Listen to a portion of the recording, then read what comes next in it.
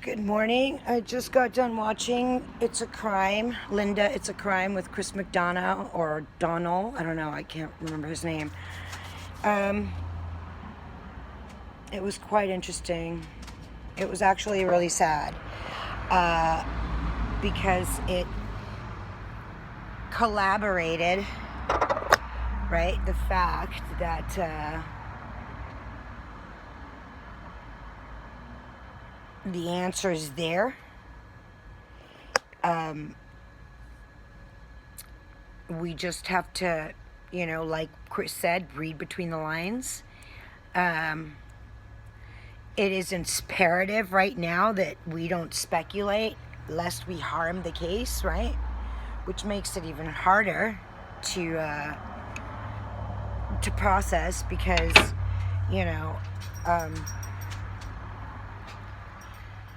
we're talking about a child here,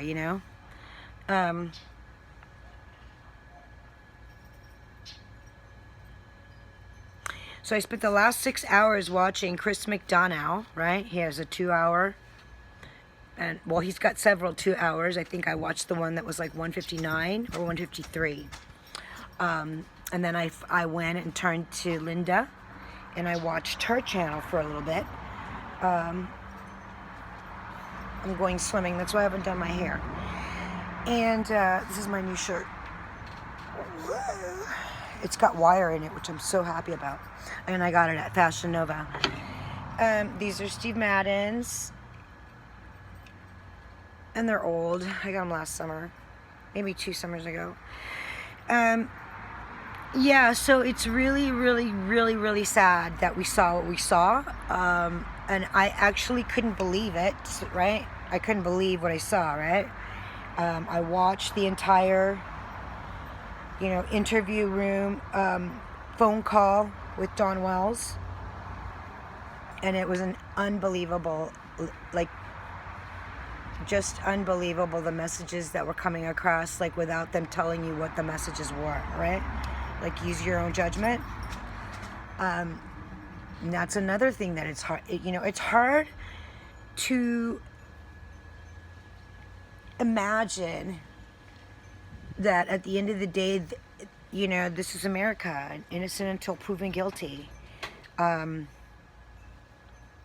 You say what you want, but you still have to keep a lid on it until it goes down. It reminded me a lot, okay, so I'll have to be honest with you. There's always the one case, right, that makes you turn away from law. And for me, it was the Suzanne Morphew case. Because at some point I thought that, and I even, there's a YouTube channel guy that has, that covers these things. I just talk about them. I don't cover them. That would mean I'd have to get in my car and drive out and do all that stuff. And I have dogs. I can't do that. So I support people every step of the way, right? So there's a guy, I don't know if it's called Driving in My Car or, A Day in the Car with My Phone, something like that. If you know of the channel that I'm talking about, put it in my comments. So that I could, because I at one time or another, I've subscribed to all these channels, and at some point, for some reason or another, right, because there's so many on my feed, that I've, unsubscribed. So, having to rely on these people a lot makes me feel like I should probably stay subscribed, right? Stop making things harder for you, because then I find myself going and typing it in, and that's also a pain in the rear. But I'm learning a lot about these channels. So like I said, I was initially turned off a little bit about the whole situation because you really do have to understand that whole concept of innocent until proven guilty. And so I thought, well, let me think about that real quick, and the Barry Morphew case threw me for a loop. Reason being, I didn't believe him. Initially, I didn't believe him, so I trusted my instinct. And then it turned out that he, I think what turned me off about him and his case was that he was being manipulative, trying to just, be a complete, asshole. And you know, he was doing things like, you know, he was doing things like threatening people with guns, right? And so that started to scare me. And to be honest with you, that little tactic that he used worked, because what did I do? I like let it go, right? I walked away. This was before, you know, we're dealing with a narcissist here, so let's just, you know, call it what it is. Sorry, I put my hand over the speaker. You know, that's what happens. I mean, that's what happens, you know? So the guy, you know, he got me, right? And I believed him, okay? Which is what happened. I believed him. And so I let the case go, right? I was like, well, what do I care? You know, I've got stuff to do. But then it bothered me. So the first thing I learned that he had been caught and, like, you know, handcuffed, I thought to myself, okay, I was right. And I questioned, you know, I questioned myself. Like, I second guessed myself, and I know better than that. And that's why it really bothered me. Because every day for a year I checked for that notification that he had been arrested. And at some point I saw Chris McDonald from the interview room pop up on my feed. And I had been following them through a link or actual channel named Profiling Evil. So I thought, okay, you know, that's that one dude. He's got his own channel now, is what I thought. That's cool. So I immediately, you know, clicked on the link. And I think I filmed it off of the television set, because, like, that's where my brain was at the time. I was like, film this and put it on your channel, you know? And so that's what I did. To say I was affected by Suzanne Morphew's case ain't even the half of it, right? So fast forward to today, you know, I watched It's a Crime with Linda and Chris, and then I also watched, you know, another segment of Chris's channel. And I gotta tell you what happened to me on the Morpheu case. It reminded me, every time he threw us for a loop on the lion, right? The lions and tigers and bears in the woods, right? Every time he threw us for that loop, oh, it wasn't me, it was the bear. Could have been a lion, could have been a, you know, mountain lion, whatever. I was like, it could have been. You know, there was a case in Australia where, like, a woman, you know, was camping with her family and she had just had a baby. And a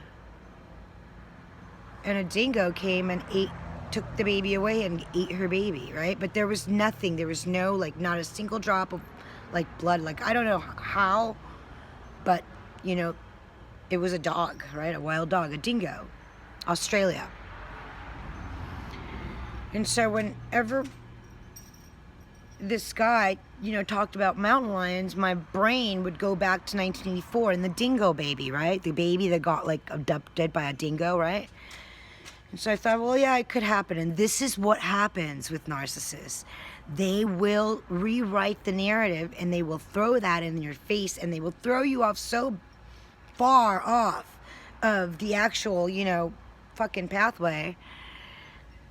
You'll follow the lead and, like, the crumbs. You'll get thrown a crumb and you'll follow that crumb. That's called breadcrumbing. Actually, no, it's not. But anyways, breadcrumbing is when someone gives you just a little bit to hang on to. Well, yeah, it could be referred to as breadcrumbing. Like that little bit of hope, right? Yeah. So this is what happened to me today. So to say that I understand law a little bit today more is, you know, the goal of, you know, life. You know, one must understand why, right? People do what they do. The question is not how, but why, right? All this time I had been focusing on how, right? Someone said today on a channel, I don't remember the name, that he knew where summer was. That was the name of the headline. He knew where summer was, right? I know where summer is. And so I was like, okay, I'll bite. And so I clicked on it. And then I thought, no, this kid is hysterical. Because literally it said, she's between point A and point B. And I'm like, how observant of you. Right? I mean, of course she's between point A and point B. You know? Someone even suggested that she had been already a child traffic victim. And it was an open issue, right?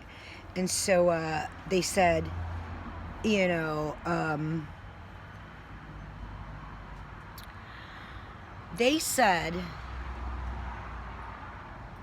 that the child had been placed in the rain and told to dance in front of a sign that read, you know, for, you know, as in vending. I mean, how does one come up with that? Like, do they have a personal account of like something like that? Like, have they ever been, does that happen to them? Right? And you always have these like random possibilities that this could have happened, right?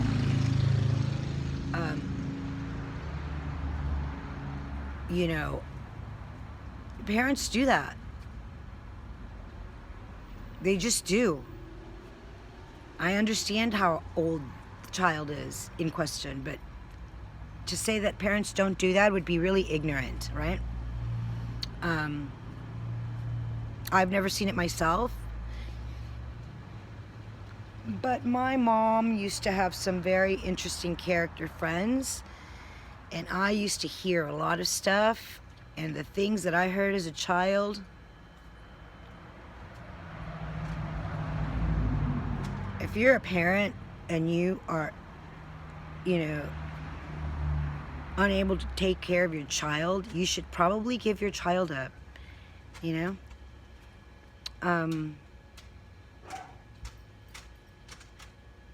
I've never seen myself as a child advocate before in my life. You know, I'm definitely a free spirit, right? What does that say? Right? Wild and free. But you know, I'm 50 years old. Like, who are you telling, you know? I know what goes on in this world, you know? I've been on my own since I was 16. That just means that, like, I wasn't gonna, with the kind of people that I grew up around, and I grew up back then, we used to call them trans V, right? Right.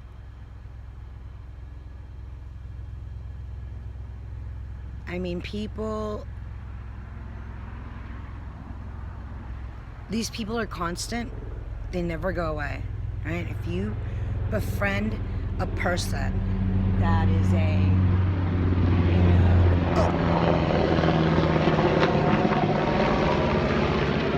okay, so if you befriend a person, right, that is, has a questionable character, right? And you're a parent and you allow your children to be around these people all the time. And I'm not, this is nothing against like people, right? In general, it just means that like you can't trust everybody around your kids, man. And these people have actually, you know, they affect your children in one way or another. And to say that they don't would be really stupid because, you know, people are people. I saw that Chris kind of, you know, I did a video on what I would be covering this year, you know, for the rest of the year and the season. By the way, this is not a permanent channel. This is a channel to gain followers for my business, which is a rescue. The rescue is called Honey and Scouts Home, right? And it's a dog house. You know, life is hard. I mean, no one wants to, you know, admit that, you know, they have problems, you know?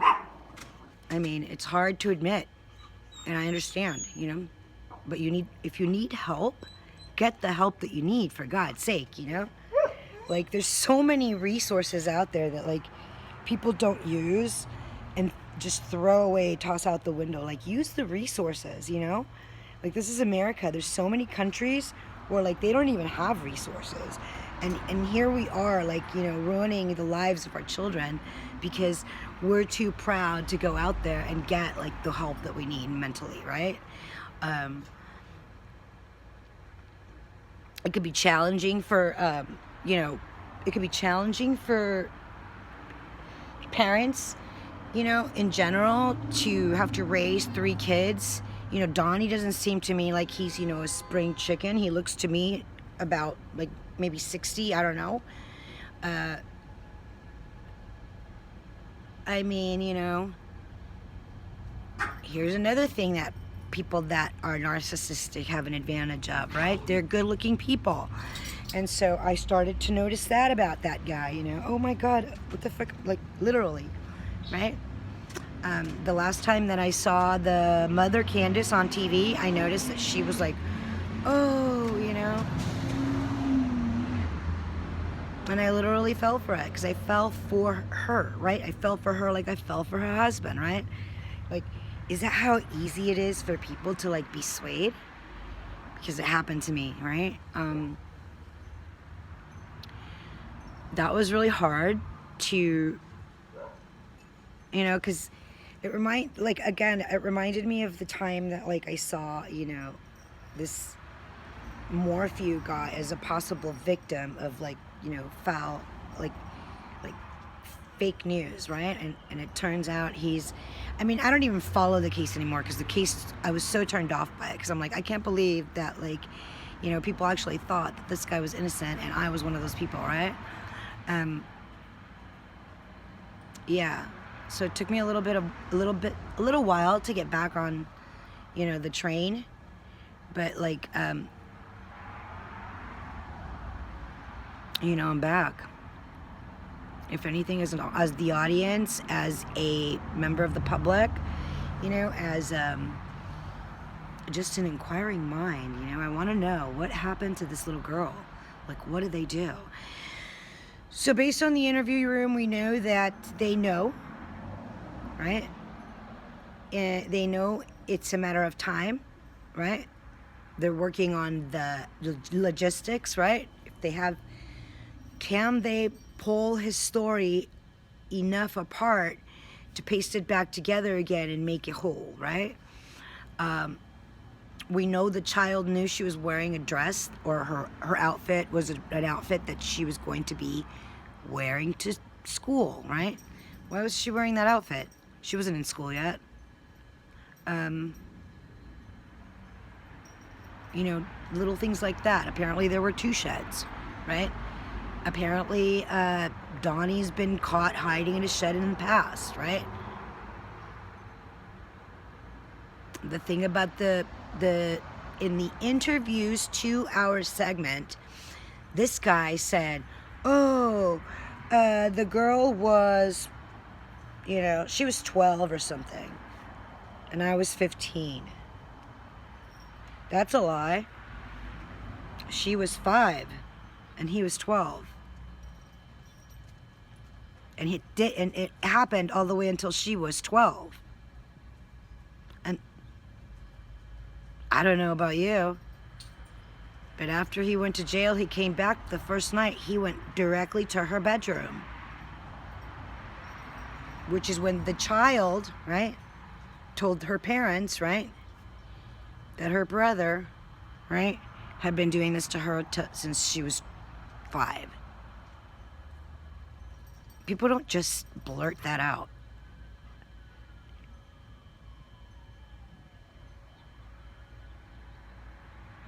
So when the police came and got him, they found him underneath a box or a shed, right?